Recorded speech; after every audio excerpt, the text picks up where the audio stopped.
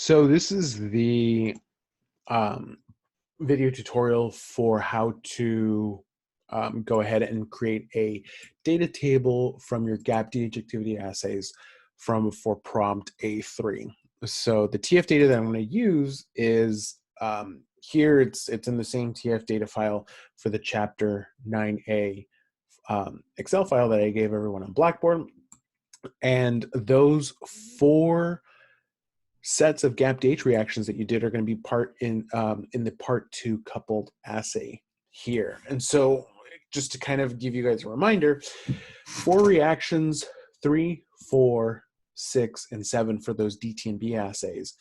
At around 0, 20, 40, and 60 minutes, what you did was you removed, I believe it was about 200 microliters of the DT&B assay, and then quenched it with 200 microliters of beta-mercaptoethanol in separate plastic Eppendorf tubes. After you finish the DT&B modification assays, then you will go ahead and create a GAPDH cocktail. And then for these 16 different aliquots, you want to go, you tested about 50 to anywhere between 50 to 200 microliters of your GAPDH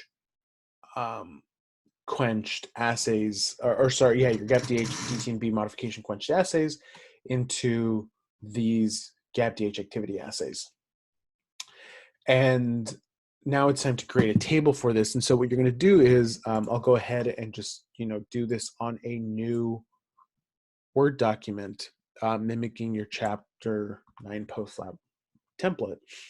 What we have here are indeed 4 separate reaction columns that we're going to have, but every single reaction column is then going to be split up into 2 other information columns, one indicating the quench time and then the remaining activity that you had tested in terms of change in absorbance per minute at 340 nanometers. So we need to create a table first that has 8 columns instead. So 4 reactions, 2 other columns in there. So 8 columns left to right in total. For the number of rows, we're going to have about 3 information columns, or sorry, 3 information rows plus 4 data rows, so 7 rows in total.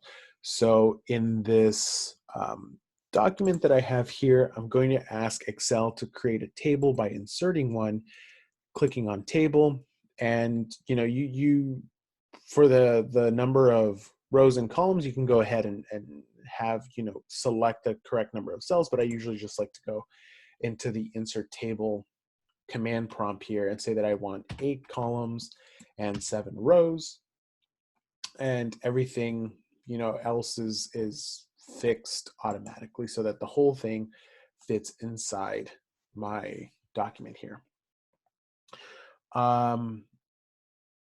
Because I need to merge this into the first 2 rows into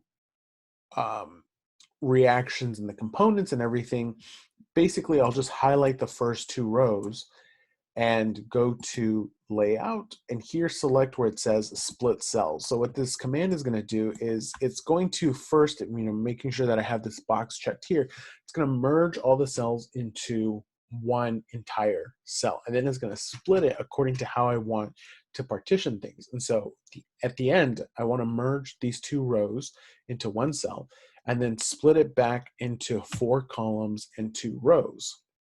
And when I hit OK, now I can put things for reactions 3 and 4 and 6 and 7. So for this first one, I'll go ahead and put reaction number 3, and this one was the GAPDH alone sets of reactions. This is reaction number 4, and this one had GAPDH and DTNB, so on and so forth. Then in either your data tables or the TF data tables, what I can just basically do now is take these 2 smaller columns and the 5 rows, copy the data that's there, go back to the Word document, and then highlight the destination 2x4 cells, and then just go ahead and do a special paste where I'm only pasting the text so that, you know, no other cells get inserted in there, and so on and so forth. For this, I know I put it in the I put a lowercase letter d there to indicate delta, but that's actually not appropriate, especially for publications and your post lab write-up. So I'll just go ahead and replace that the lowercase letter d with the actual delta symbol for change in absorbance per minute. And I'll go ahead and do this for the entire table. And this is how I'm going to basically present all of these sets of GAPDH activity assay results for prompt A3. If you watched the previous video for prompts A1 and 2, I did recommend that, you know, seeing a big table like this with no formatting just, you know, it's not very pleasing to the eye. So what I do recommend is that you guys try to format this such that you can differentiate between what's being told in terms of information and also the data points here as well too. And I also recommend that for every single sets of reactions, you go ahead and make a darker border around that. Just by selecting the border style, pick something that's a little bit thicker, a little bit darker, or a different color. And under borders, just select the outside border command such that now you have, you know, clear delineations between all your reactions, and it just doesn't look like one large table with numbers and letters, even though that's basically what it is. You want to be able to kind of direct the grader's eyes and make sure that they can easily distinguish between what's text and what is data values and time points and so on and so forth.